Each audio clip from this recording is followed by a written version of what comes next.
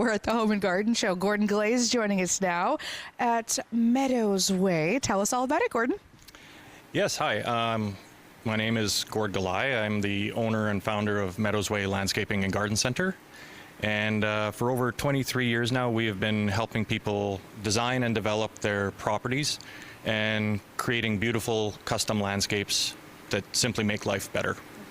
When people come to the Home and Garden Show, what can they expect? Because I'm seeing even just smaller purchases, but you can go pretty big.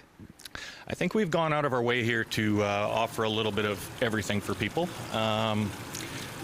You can pick up knickknacks for your small patio space, or you can see actual large timber frame pergola structures that we construct, water features and fountains that fit into, you know, just that perfect meditation space that you might have in mind, and tons and tons of plants that you can choose from for accessorizing. Well, just as an observer too, I've seen a lot of folks almost creating their own structure outside of the home. And cameraman Kenny just walked through it there.